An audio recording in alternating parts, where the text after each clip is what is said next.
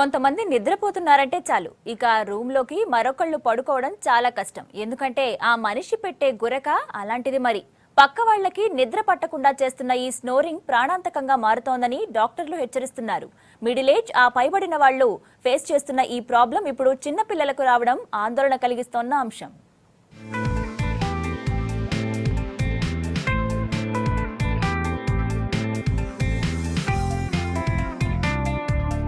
గురక శ్వాస సంబంధమైన అనారోగ్య సమస్య.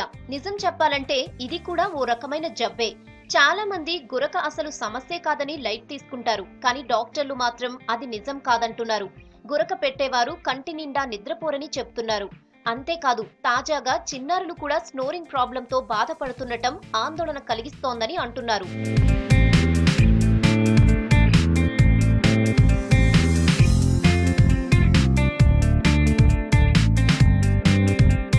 కార్డియక్ పరంగా కూడా ఒక జబ్బని కాదు, గురక వచ్చే జబ్బు ఇతరత్ర గురక ఉన్న వాళ్ళలో ఆటోమేటిక్గా నేను చెప్పినట్లు హైపోథైరాయిడ్ ఉండొచ్చు, ఆల్రెడీ హార్ట్ ఇష్యూస్ ఉండొచ్చు. కిడ్స్లోకి వచ్చేసరికి అది ఎక్కువ ఎక్స్పెక్ట్ చేయొచ్చు. వాళ్ళలో స్నోరింగ్ ఎక్కువ ఉంది అంటే జంక్ ఫుడ్ ఈటర్స్ ఉండి, ఒబీస్ ఉండి అట్లా ఉన్న కిడ్స్లో. కాకపోతే చిన్నపిల్లల్లో వచ్చే ఈ అడినాయిడ్స్ అని కొన్ని డిసీజెస్ ప్రకారం గురకతో బాధపడుతున్న వారి సంఖ్య జనాభాలో 15% పైనే ఉన్నట్లు ఓ రిపోర్ట్లో తేలింది.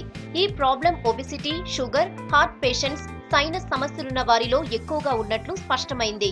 లంగ్ సమస్యతో పాటు శ్వాస నాళాల్లో కొవ్వు పెరిగి అడ్డుపడినప్పుడు గురక ఎక్కువగా వస్తుందని డాక్టర్లు చెబుతున్నారు.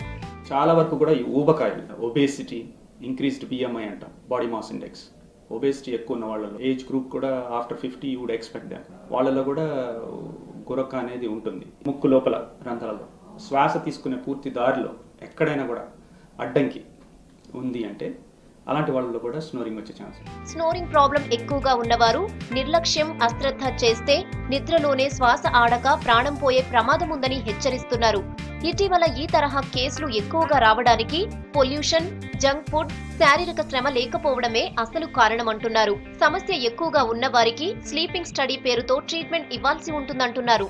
బాడీకి ఆక్సిజన్ అందకపోవడం, పూర్తిగా త్రూ అవుట్ ద నైట్ లేకపోవడం, అలా మెనీ ఇయర్స్ ఉండడం వల్ల ఏమవుతుంది, సెకండరీగా ఊపిరితిత్తుల మీద, సెకండరీగా గుండె మీద భారం పడి హార్ట్ ఫెయిలియర్స్ వాటికి దారితీస్తుంది. అలా యాక్చువల్లీ ప్రాణాపాయం అవుతుంది. ఊబకాయలకి, గురక వచ్చే వాళ్ళకి first advice physical fitness improve చేసుకోవాలి, బరువు తగ్గాలి. సమస్య ఫేస్ చేస్తున్న వారితో పాటు కుటుంబ సభ్యులు గుర్రు సౌండ్ భరించలేక ఎన్నో నిద్రలేని రాత్రులు గడుపుతున్నారు.